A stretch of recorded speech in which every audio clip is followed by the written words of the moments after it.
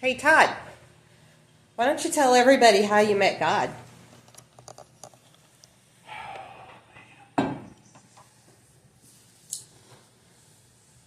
If you wanted me to cry on camera in front of everybody, you could just said, "Hey, I want you to cry in front of everybody on camera." I can never tell this story without crying, ever. I don't know that I ever have one single time. So if I start crying, you're warned. So, as a kid growing up, I was not really raised in a family that was spiritual, you might say. I was not an atheist by no means, but I just didn't know anything about God. I was raised in our public school system in the 70s and 80s, and that definitely was never talked about back then. Didn't really have any friends that were big time into church. Some of my classmates were, but never really talked about it much. So, I just went through life not really ever even thinking about it. So, fast forward to I was 32 or so, and I had a amazing wife, really good kids, really good family, close to my parents. We raced a lot. Everything should have been really good. Had a good job, had plenty of money, had a nice house. I mean, everything was as good as a good old country boy could ask for. And yet, something was missing. I didn't know what, but something was missing. And I started this search for what was missing, not knowing what it was. And at this time in life, I had pretty much convinced my wife that there was no such thing as God, and that was all just hogwash. Because my mother-in-law, to this day, is the most religious person I know. Me and her would have arguments, literally, over this topic. And I don't want to dive deep into that, but I just didn't believe in God. Just flat out didn't believe in God. I don't know what I believed in. There really wasn't anything. I never have believed in evolution. So, with that being said, I just don't know what I really thought. But for a couple of years, I tried all kinds of stuff and nothing changed. At the end of our street, we lived out in the country, at the end of our dirt road, there was a church, Grace Community Church in Newton, Kansas. And Connie, you had the foresight to have our daughters go to Awanas there. And you had our daughters go to a Bible class through the school system. And I went to Awanas one time a year, 3 years in a row, for their little Pine Car Derby races. And that's the only time I had ever been in that church. So one day I come home from work and I tell you that I think we should go to church. And you were just blown away. You're, what? You want to do what? I said, I think we should go to church. I think we should go to Grace Community right down the street. So it just so happened to be that it was Mother's Day Sunday. I was 34, so that would have been 96, 90, 98. That'd have been 98. No, it wasn't 98. Doesn't matter when it was. Anyway, I'm too wore out today to do the math. Anyway, we walk in, sit down, and Steve, an associate pastor there, was sitting his mom and dad in front of us. And he seen us and he knew that we'd never been there before. And he introduced himself. And then he went up on stage and proceeded to give the sermon. And Steve was this arm-waving, flamboyant, very vocal, loud type individual. And I'm sitting there just kind of like, well. And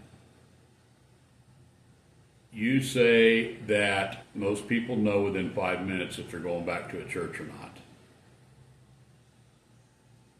I'm sitting here through this whole thing in a gymnasium, by the way. When they built the church, it was more important for them to have a gymnasium for kids and for events than to have a sanctuary. So every day, or every Sunday, they put up all the chairs and they took down all the chairs. So not only are we sitting in a gymnasium in this church, not in a sanctuary, but Steve is really not my cup of tea. We get all done, we're walking out, run into some friends of ours that did not know they went there, and they were surprised that we were there.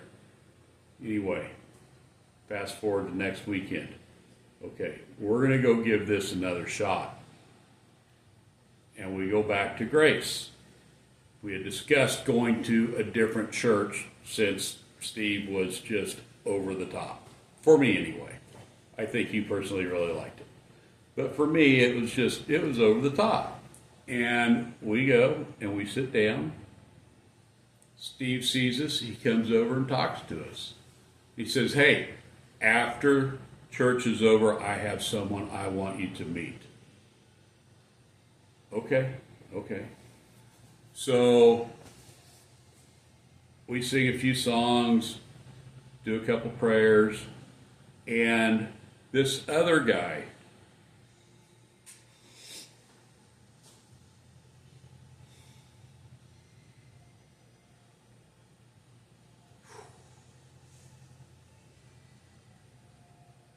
"25 years ago, it still does it." Anyway, this other guy, Dave Reimer, gets on stage.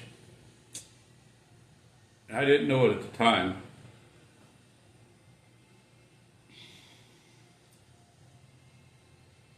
But Dave would become the second most important man in my life next to my dad. And Dave got up there, and this is crazy.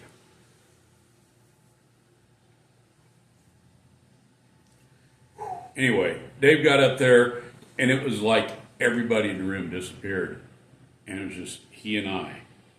And he was talking directly to me. And after the service was over, I was just, I don't know what I was, to be honest with you. But Steve come over, and he brought Dave with him, and that is who Steve wanted to introduce us to. And Dave, the week before, had taken his wife to a different church If I remember right, it was where his dad went to church at the time. They went on a trip for Mother's Day, and that's why he wasn't there. So Steve introduced me to Dave.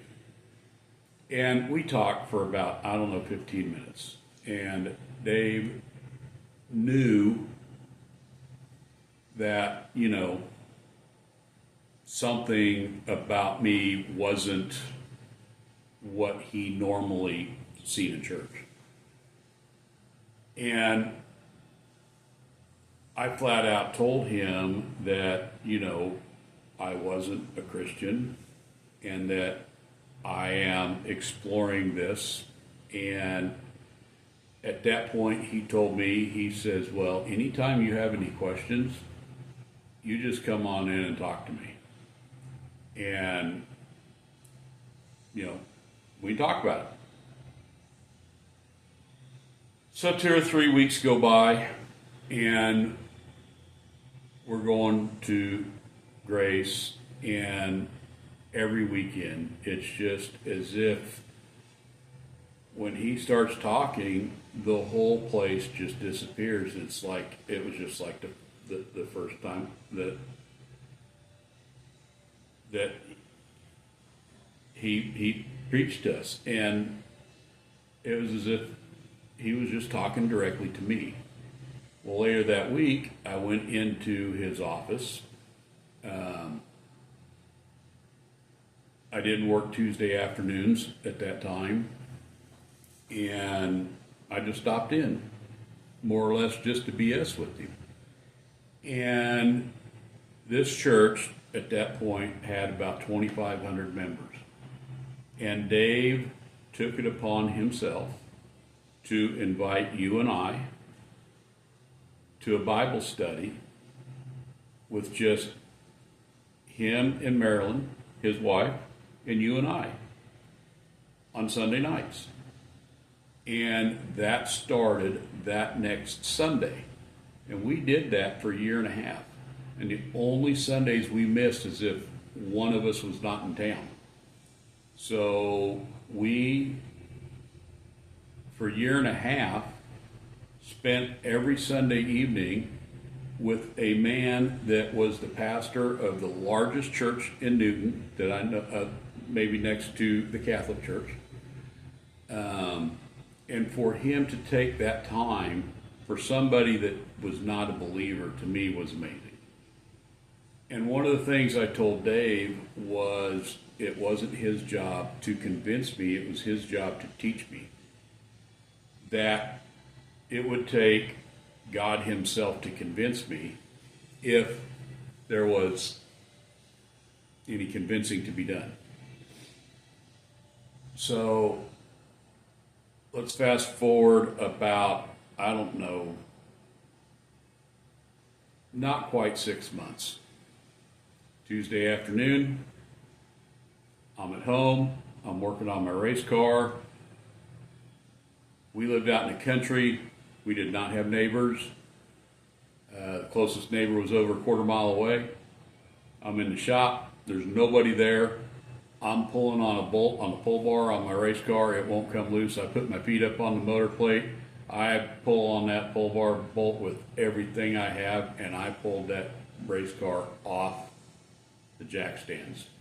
And that race car came on, it landed on the ground on top of the jack stands. The jack stands tipped over, and the race car was sitting on top of them, and they were about this tall. I am a little bit thicker than that. Luckily, when all this happened, the creeper went out from underneath me, and otherwise I'd probably been dead. Anyway, I am laying under this car, and it has me trapped. My feet are up in the roll cage, my arms are up in it, and I can't move. And I am claustrophobic and do not like to be held down. So I am struggling, and it is getting worse, and I am getting more panicked, and I am just mess. We'll just put it that way. So I stop. And I'm sitting there. And I'm like, okay, God, if you exist, get me out from underneath this car. To this day, the next 15 minutes, I have no memory of. It's like it never happened. It's like the car never fell on me. All I can tell you is the next thing I know after I said that, I'm standing next to the car looking at it on 4 jack stands laying on their side, and it's about 9 inches off the ground. And I'm out from underneath the car.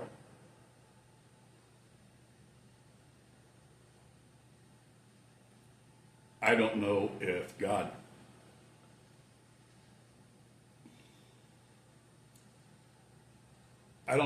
picked the car up. I got out from underneath it and he set it back down.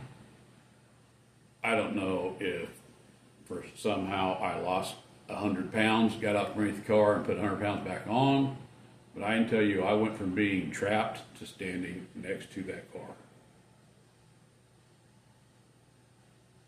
And the next thing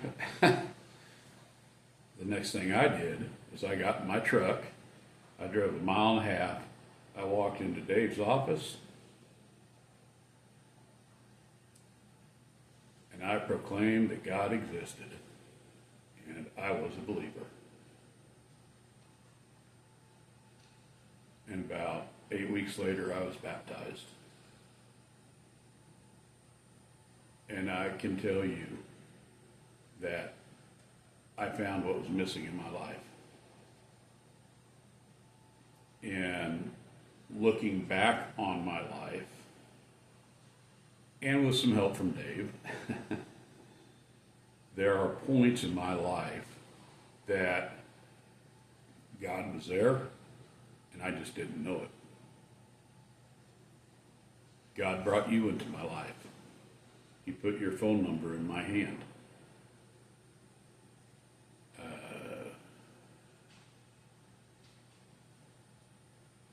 God had Marianne get sick 3 days before I called you so that you would show up.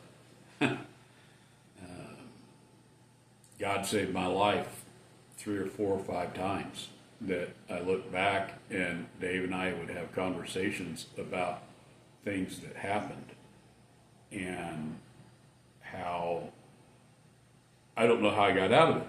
Dave's like, well, I know. God got you out of it. You know, just because you don't believe in him doesn't mean he doesn't believe in you. And if you stumble across this video and you're questioning anything, go to a church. Ask questions. Go to a Bible study. I'm not saying that God has fixed everything there is in my life, but I can tell you I can't imagine going through life without him. I can't imagine going through life not knowing where I'm going after life.